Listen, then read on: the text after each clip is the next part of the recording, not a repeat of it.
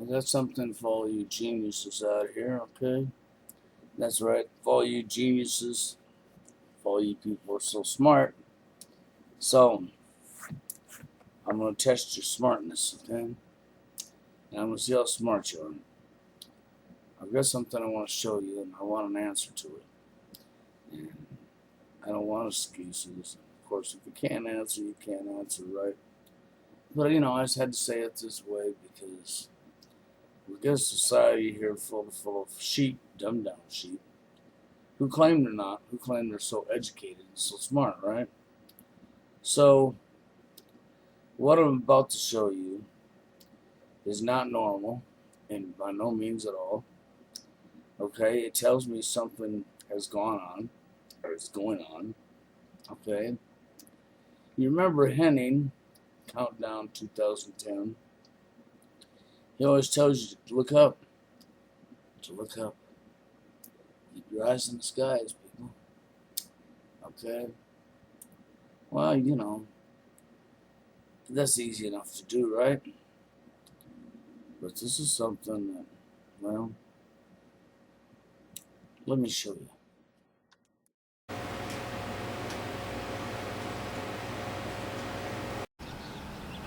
Okay, outside of the time you just saw, 8:59 at night, 9 o'clock at night, p.m. on a Saturday night. Okay, I want you to look at what you're seeing. What are you seeing? Yeah, you're seeing some lights on, but look at this. This is 9 o'clock at night, people. Okay? This is 9 o'clock p.m. at night. Now, you might be saying, so what? But let me tell you something. I'm 51 years old. Okay? And my whole life, summertime, went dark between 8 and 8:30. By 8:30, it was fucking completely pitch black out. Okay? That's no lie. My whole life, during the summertime, by 8:30 at night, it was pitch black out. You didn't have this. Okay? You see what I see in here? Look at the colors in the sky. Look at the blue sky. Look what we're seeing here. At 9 o'clock at night, we still have daylight. What's wrong with this picture? Okay? I wanted to show this because when it comes right down to it, it's 9 o'clock p.m. nighttime on Saturday night, and here I am outside, and look at that for the sky. That's the reason I showed you this, because there's something wrong with this picture. Okay, we may have some street lights that come on. Okay, over here they should be on electronic eye, I would think, but not necessarily. They could be on a timer. Most of them on eyes, but that's not the point. The point is, this time of night, okay, this time of night, 9 o'clock p.m., it should be pitch black. I shouldn't be able to walk outside, point at the sky, see blue sky, see daylight. Okay? That's my point. Okay? So I wanted to point that out because there's something wrong with this picture. We should not have daylight at 9 o'clock p.m. As you see, I'm coming in right now. There you are, 9:02 p.m. I'm not kidding there. This is not normal. My whole life, this time of year, the summer we have longer days, the winter we have shorter nights, or shorter days, longer nights. And summer, the opposite. And by 8:30 at night, it starts to go dark right about 8 during the summertime. By 8:30, it's dark all the way. It's pitch black outside. And the other night, after a radio show, I laid down, go to sleep. I get up in the morning for work, and I noticed it was still daylight outside, and I thought, that's not right. There's something wrong. Okay, I'll wait and I'll see what I see and watch the clock and see what I see. And so last night, I watched the clock and I checked outside, and lo and behold, you're seeing what I saw. Okay? It's not normal, people. So I investigated it a little bit, talked to Mike online, and anyhow, this report came up. Let's watch this report real quick. An earthquake so powerful it shifted the Earth's axis? That's what scientists say happened on Saturday when Chile was shaken by a megatremor that registered 8.8 on the Richter scale. One of those scientists is with us now, Andreas Rietvrak, a professor of earth sciences at England's Liverpool University. He's analyzed the area in Chile that was struck by the quake. Andreas, let's start with this slightly disbelievable analysis. Although we have to believe you guys are the scientists, how does an earthquake shift the Earth's axis? So the earthquake is redistributing the masses, so the rocks on the surface. And if you have such a big earthquake, you're actually talking about 200, 300 kilometers in length and about 40, 50 to 100 kilometer in width. So you're moving these rocks up nearer to the Earth's surface and redistributing in that way the masses of the Earth.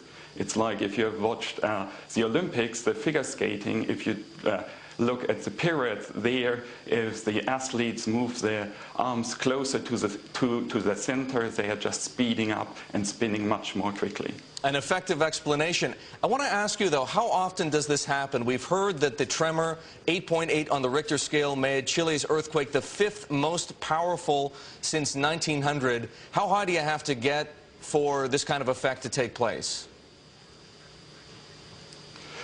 So you have to be in the high magnitude 8 earthquakes as far as I can see it. The analysis was done by NASA, and I think we are right now only beginning to understand and actually able to compute these kind of very small effects. Now, speaking of computations, another analysis done in the wake of this earthquake shows that the day actually got shorter. And we're not talking about the day just in Chile, the day for everybody around the globe. Can you try to help explain how that happens?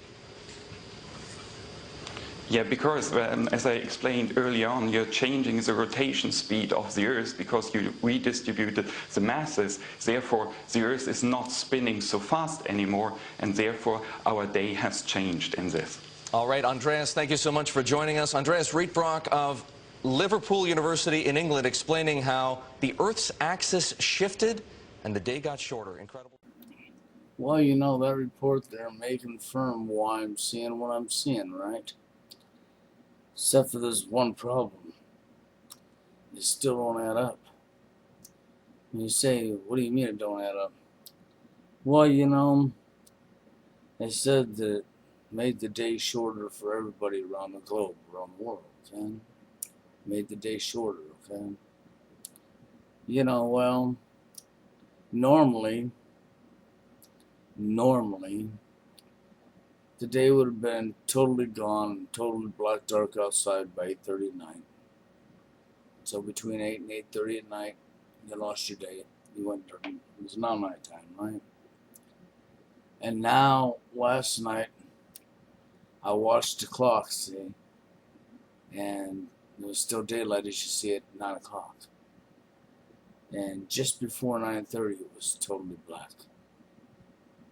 So that's an hour's difference between 7:30 and 8:30. So when I say the axis shifted just a little, I'd say it's a little more than a little. Okay?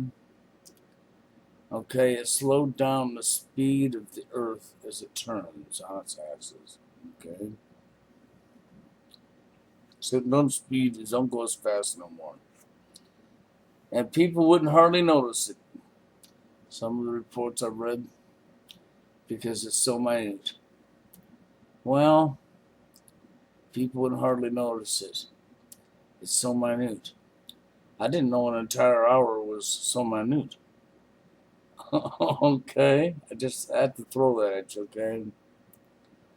But I guess the question mark is if the axis is tipped, okay, as they say, from the earthquake in Chile, as they say,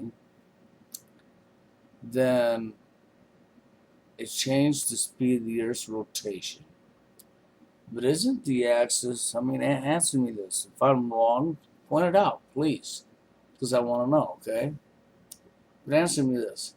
If this is the Earth and it's something like this, and it's spinning, you know, we're sitting in space, and we're sitting like this, and we're spinning, and the axis tip, and it does this even some more, or this, okay? Do you see what I'm saying? Even if it's not much.